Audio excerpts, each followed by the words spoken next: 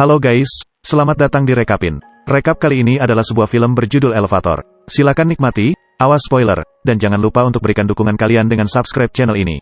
Terima kasih.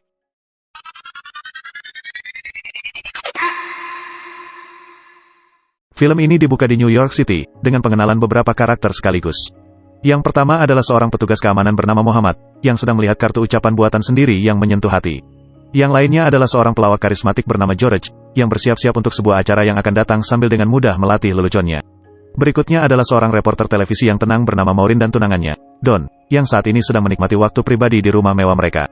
Karakter lainnya adalah seorang wanita cantik yang sedang hamil bernama Celine, seorang janda tua bernama Jen, seorang pria gemuk bernama Martin. Terakhir, ada seorang pengusaha terhormat bernama Henry Barton dan cucu perempuannya yang berusia 10 tahun yang manja, Madeline. Mereka semua sedang dalam perjalanan menuju gedung pencakar langit setinggi 52 lantai, yang tidak lain adalah milik Henry. Pada adegan berikutnya, semua karakter yang disebutkan sebelumnya tiba di gedung pencakar langit Henry untuk sebuah acara yang berlangsung di lantai paling atas gedung. Satu demi satu, mereka semua masuk ke dalam lift yang sama setelah melewati pemeriksaan keamanan. George tampak sesak, sehingga ia meminta petugas keamanan untuk tidak membebani lift secara berlebihan. Tanpa menghiraukannya, satpam mengisi lift dengan ke-9 orang, yang merupakan batas maksimum. Saat lift naik, George menjadi gelisah, fokusnya tetap tertuju pada nomor lantai yang naik. Martin mencoba menghiburnya, dengan mengatakan bahwa ia telah menggunakan lift tersebut selama 6 tahun dan tidak pernah mengalami masalah. Untuk memperkeruh suasana bagi George, Madeline yang nakal menekan tombol berhenti darurat, menyebabkan lift berhenti secara tiba-tiba. Akibatnya, George marah dan mulai memarahi gadis muda itu. Henry turun tangan untuk membela cucunya, dengan mengatakan bahwa itu adalah sebuah kecelakaan, tetapi George tahu bahwa dia melakukannya untuk satu tujuan. Untungnya, sebelum situasi menjadi tidak terkendali, Muhammad berhasil menenangkan semua orang. Dia kemudian menyarankan Henry untuk menekan tombol restart, dan Henry pun melakukannya. Namun, yang mengejutkan semua orang, lift tidak bergerak. Karena panik, Henry menekan tombol untuk lantai lobi, dan lift pun turun sedikit sebelum akhirnya berhenti. Pada titik ini, klaustrofobia George meningkat menjadi kepanikan yang luar biasa, sehingga ia mulai menghukum Madeline dengan kata-kata makian. Hal ini membuat Henry marah dan mendorongnya untuk memecat George dari peran komediannya.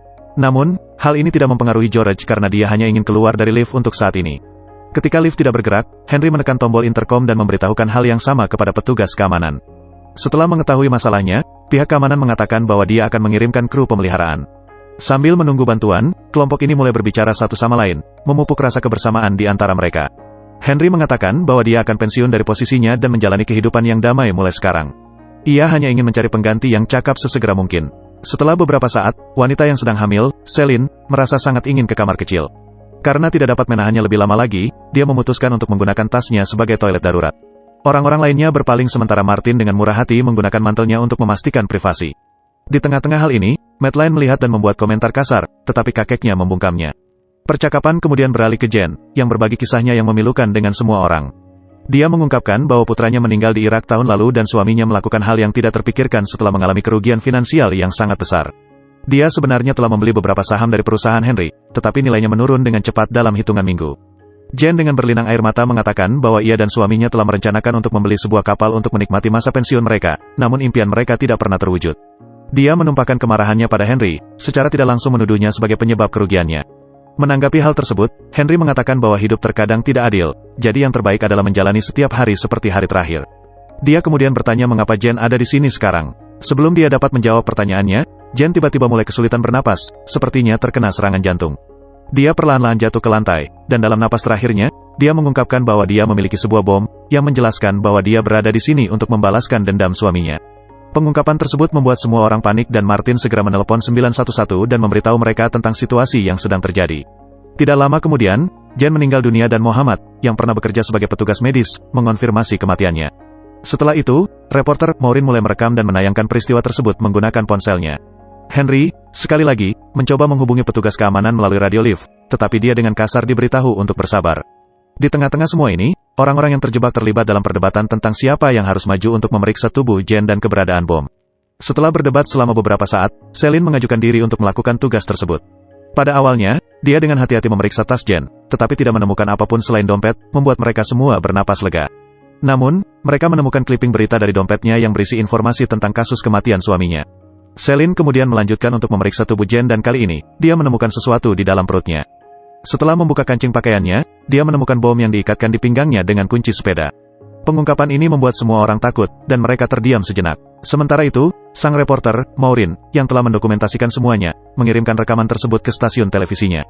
Setelah dibiarkan tanpa bantuan untuk waktu yang lama, kelompok yang terperangkap mencoba mencari cara alternatif untuk keluar dari lift. Don mengambil inisiatif, dia naik ke langit-langit dan mencoba menerobos sebuah panel dengan harapan bisa menemukan jalan keluar. Namun sialnya, dia hanya menemukan lampu di atas sana. Setelah semua usaha yang gagal, Celine menyalakan sebatang rokok untuk menenangkan diri, tetapi Don menghentikannya untuk merokok, dengan alasan potensi bahaya bagi anaknya yang belum lahir. Celine kemudian bereaksi dengan luapan kemarahan, bertanya apakah dia ingin menjadi ayah yang bertanggung jawab sekarang. Ledakan ini menarik perhatian Maureen, dan dia menduga tunangannya berselingkuh dengan wanita itu. Ketika dia bertanya kepada Don tentang hal itu, dia dengan ragu-ragu mengungkapkan bahwa dia dan Celine memang berselingkuh di masa lalu. Terlebih lagi, dia juga mengakui kemungkinan menjadi ayah dari anak yang dikandung Celine. Pengakuan yang mengejutkan ini membuat Maureen berada dalam kondisi yang penuh gejolak emosi. Di dunia luar, rekaman video yang direkam oleh Maureen mengangkat cerita tersebut, yang disiarkan sebagai berita utama di seluruh negeri. Pembuat bom, yang bertanggung jawab untuk membuat alat peledak untuk Jen, juga melihat siaran tersebut. Setelah itu, dia terlihat sangat khawatir dan bersalah. Sementara itu, kelompok yang terperangkap membuka pintu dengan paksa untuk memeriksa apakah ada jalan keluar. Setelah melakukannya, mereka melihat celah kecil di atas dan Don mencoba memanjat keluar. Namun, usahanya ternyata sia-sia karena celahnya terlalu kecil. Setelah itu, ia menggunakan tongkat Jen dan merentangkan tangannya sepenuhnya dengan harapan dapat menggapai tombol lift di luar. Dia hampir mencapai tombol, tetapi pada saat yang sama, Madeline dengan cepat menekan beberapa tombol pada panel kontrol dari dalam. Akibatnya, rem lift terlepas, membuat lift jatuh ke bawah beberapa lantai. Penurunan yang keras membuat lengan Don terputus, dan kabin menjadi gelap gulita. Setelah tenaga kembali pulih, pemandangan yang mengerikan terlihat, lengan Don robek, dan dahi Henry luka parah.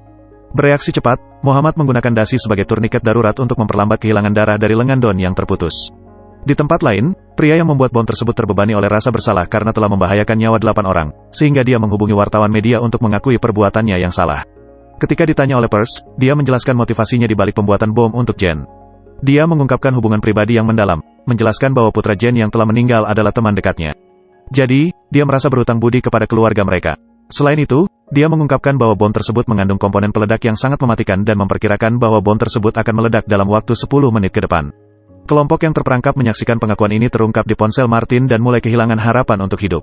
Namun, George menyarankan untuk membuka pintu sekali lagi, mempertimbangkan kemungkinan bahwa pergerakan lift baru-baru ini mungkin telah menciptakan celah di luar pintu. Kelompok ini bersatu di belakang sarannya, dan dengan usaha bersama, mereka berhasil membongkar pintu tersebut. Namun, yang membuat mereka kecewa, mereka tidak menemukan jalan keluar. George masih belum siap untuk menyerah, jadi dia mempertimbangkan untuk membuka lift lagi. Dia mengklaim bahwa mungkin ada cukup ruang bagi mereka untuk melemparkan bom ke bawah, menghindari potensi bencana. Namun, situasinya tidak semudah kelihatannya karena bom tersebut dirantai ke tubuh Jen. George kemudian bertanya apakah ada yang punya benda tajam, dan Muhammad memberikan sebuah pisau kecil. Karena rantai logam tidak dapat dipotong, dia menyarankan untuk memotong-motong tubuh Jen dan memisahkannya dari bom. Mengingat itu adalah pilihan terakhir mereka, semua orang setuju untuk melakukannya. Namun, ketika tiba waktunya untuk bertindak, George tidak dapat mengumpulkan cukup keberanian untuk tugas yang begitu suram. Menyaksikan keraguannya, Henry melangkah maju, mengambil alih tanggung jawab karena pengalaman masa lalunya dalam penyembelihan hewan. Setelah menarik napas dalam-dalam, dia kemudian mulai memotong tubuh Jen. Saat Henry melanjutkan, dia mencapai bagian perut Jen, tetapi dia membutuhkan bantuan untuk mengeluarkan organ-organ tubuhnya. Jadi, Muhammad dan George membantunya dalam operasi yang berdarah itu. Ketika mereka masih tidak dapat memotong tulang belakangnya, mereka memilih untuk mematahkannya. Kelompok ini kemudian membagi kekuatan mereka dan memelintir tubuh korban, menariknya dari ujung yang berlawanan. Di tengah-tengah hal ini, George menganggap Henry bertanggung jawab atas semua ini, jadi dia menyuruhnya untuk menyerahkan $1 juta kepada masing-masing dari mereka jika mereka selamat. Secara mengejutkan, Henry menyetujuinya. Saat itu, seorang petugas keamanan berkomunikasi melalui intercom, menyampaikan berita yang telah lama ditunggu-tunggu bahwa regu penyelamat dan penjinak bom akhirnya tiba. Dia memastikan bahwa tim akan segera mengeluarkan mereka semua. Beberapa saat kemudian, tim penyelamat menurunkan lift dan membuka pintu, menciptakan jalan sempit untuk mengeluarkan kelompok yang terjebak. Kemudian, mereka mulai menarik semua orang satu demi satu. Ketika hanya Martin yang tersisa, dia tahu bahwa lubang itu tidak cukup besar untuk dilewati. George, di sisi lain, dengan putus asa memerintahkan anggota tim penyelamat untuk menurunkan lift ke lantai lain untuk menyelamatkan Martin. Namun, karena waktu yang tersisa hanya beberapa menit, mereka dengan enggan menutup pintu lift, meninggalkan Martin terjebak di dalam dengan mayat Jen. Pria malang ini menangis tak terkendali, karena mengetahui bahwa kematiannya sudah dekat. Namun di saat-saat terakhirnya, dia mendapatkan kembali ketenangannya dan menyadari bahwa dia adalah pahlawan, karena dia membantu semua orang bertahan hidup. Dengan kesadaran ini, dia menunggu hal yang tak terelakkan, dan bom meledak dalam beberapa detik. Setelah kejadian tragis ini, Don segera dibawa ke rumah sakit, sementara George dan Muhammad duduk bersama, ekspresi mereka mencerminkan perpaduan antara kesedihan dan kelegaan. Saat Henry lewat, George mengingatkannya tentang janji $1 juta untuk setiap korban yang selamat, tetapi Henry mengabaikannya. George dan Muhammad kemudian berbagi percakapan singkat, merenungkan jalan hidup yang tidak pasti di depan. Tak lama kemudian, seorang reporter berita menghampiri George dan menanyainya tentang bagaimana dia bisa tetap berani selama menghadapi cobaan berat seperti itu. George memilih untuk menyembunyikan kebenaran, menyatakan bahwa dia harus tetap tenang demi kesejahteraan semua orang yang terlibat. Beberapa saat kemudian, dia menerima telepon dari istrinya, yang tidak tahu tentang seluruh kejadian ini. Dia mengingatkannya untuk mengambil bahan makanan dalam perjalanan pulang. George juga tidak mengungkapkan apapun kepadanya dan hanya mengiyakan sebelum pergi. Terima kasih sudah menonton video ini. Silakan tinggalkan komentar dan subscribe untuk rekap film setiap hari. Sehat selalu untuk kamu dan sampai jumpa di video selanjutnya guys.